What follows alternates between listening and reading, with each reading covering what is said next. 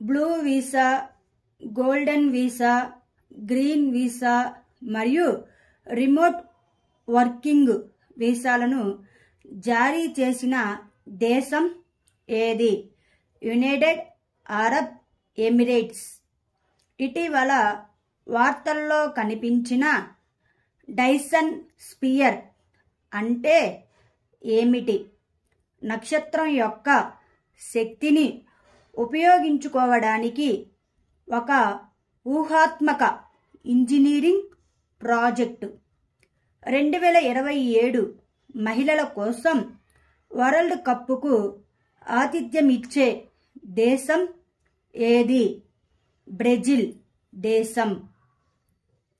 ఇటీవల administration of criminal justice సిస్టంలో India's progressive path సదస్సు ఎక్కడ జరిగింది? గౌహతి. ప్రపంచంలోనే అత్యంత ఎత్తైన పోటీ కొలను ఇటీవల ఏ దేశంలో ప్రారంభించబడింది? భూటాన్ దేశంలో. విద్యలో ఆయన చేసిన విశేష కృషికి గాను ఇటీవల గ్లోబల్ ఎక్సలెన్స్ అవార్డు 2024తో ఎవరు సత్కరించబడ్డారు? Chandrakant Satija.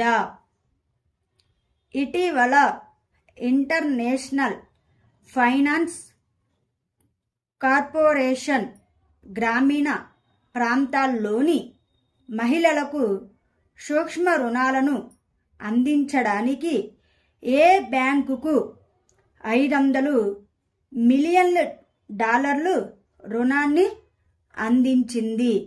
HDFC bank.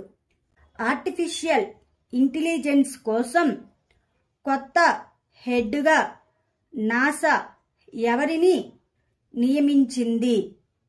Bill Nelson.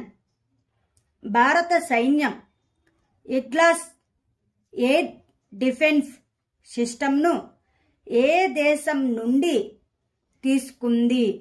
Russia దేశం నుండి తీసుకుంది.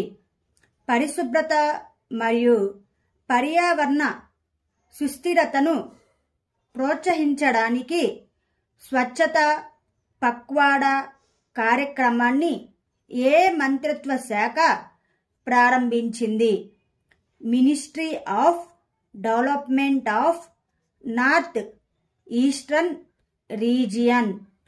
ప్రపంచంలోనే అత్యధికంగా సంపాదిస్తున్న అథ్లెట్ల ఫోర్బ్స్ జాబితాలో ఎవరు అగ్రస్థానంలో ఉన్నారు?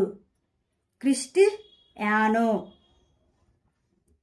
సముద్రమైన లేదా భూమి అయిన పర్యావరణాన్ని పరిరక్షించడానికి అసాధారణ ప్రయత్నాలు మరియు కృషి చేసిన వ్యక్తుల కోసం 10 years blue residency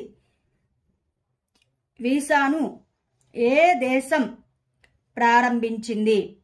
United Arab Emirates.